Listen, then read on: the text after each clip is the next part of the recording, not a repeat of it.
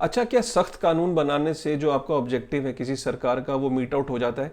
उसको एक classic case से समझेंगे। हिस्ट्री में केस इंडिया के अंदर ऐसा हुआ था जहाँ पे कानून को सख्ती से इंप्लीमेंट करने की कोशिश की गई थी, लेकिन उसका जो ऑब्जेक्टिव था वो मीट आउट नहीं हो पाया। 1962 में जब इंडिया चाइना के साथ जब वॉर चल रही थी तो फॉरेन एक्सचेंज रिजर्व्स बिगड़ गए।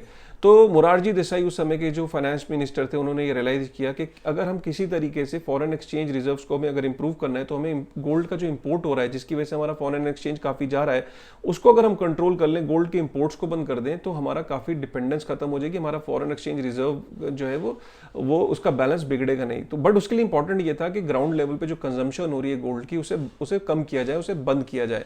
तो गोल्ड कंट्रोल एक्ट 1968 के अंदर कोई भी हाउस होल्ड जो है इंडिया के अंदर वो बार और कॉइन नहीं रख सकता था। अगर उसके बार और कॉइन थे गोल्ड के तो उन्हें ज्वेलरी में कन्वर्ट कर ले, सरकार के पास रिपोर्ट कर दे। कोई भी ज्वेलरी की दुकान बिना लाइसेंस की नहीं खुलेगी, कोई भी 14 कैरेट से ऊपर का कोई ज्वेलरी नहीं बनेगी, और कोई भी फ्यूचर्स कॉन्ट्रैक्ट नहीं में डील नहीं करेगा गोल्ड के। तो काफी सारी इन चीजों की वजह से क्या वो पूरी की पूरी इंडस्ट्री को डेड कर दिया गया और गोल्ड के ऊपर काफी सारी कंट्रोल लगा दिए गए। तो क्या इससे कंजम्पशन कम हो गई? नहीं, क्योंकि उस जमाने में 1968 से 1990 में 200 टन गोल्ड जो है वो इंडिया के अंदर स्मगल हुआ।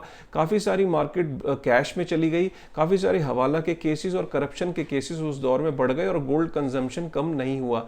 यही कारण है कि 1990 में इसे एबॉलिश किया गया और आगे जो मनमोहन सिंह जब फाइनेंस मिनिस्टर बने तो वो एलपीजी, लिबरलाइजेशन, प्राइवेटाइजेशन, ग्लोबलाइजेशन का कॉन्सेप्ट लेके आए और इकोनॉमीज को खोला गया। और तब से अगर हम देखें तो गोल्ड जो है वो भारत की इकोनॉमी में 30 बिलियन यूएस डॉलर कंट्रीब्यूट करता है और 25 लाख लोग इसके अंदर एम्प्लॉयड हैं। तो इससे ये साबित होता है, इस हिस्ट्री से हमें ये साबित होता है कि फ्यूचर में को सख्त कानून बना देने से कोई ऑब्जेक्टिव मीट आउट नहीं हो जाते। इनफैक्ट अगर चीज़ों को बेटर अंडरस्टैंडिंग और उनके अराउंड अगर एक उनको अगर मशरूम होने का मौका दिया जाए, उनको एक कंट्रोल इन्वायरमेंट में ग्रो कराने का अगर मौका दिया जाए, तो डेफिनेट है कि जो उसके बेनिफिट्स हैं वो गवर्नमेंट भी रीप कर सकती है, गवर्नमेंट को भी उस इंडस्ट्री का बेनिफिट हो सकता है।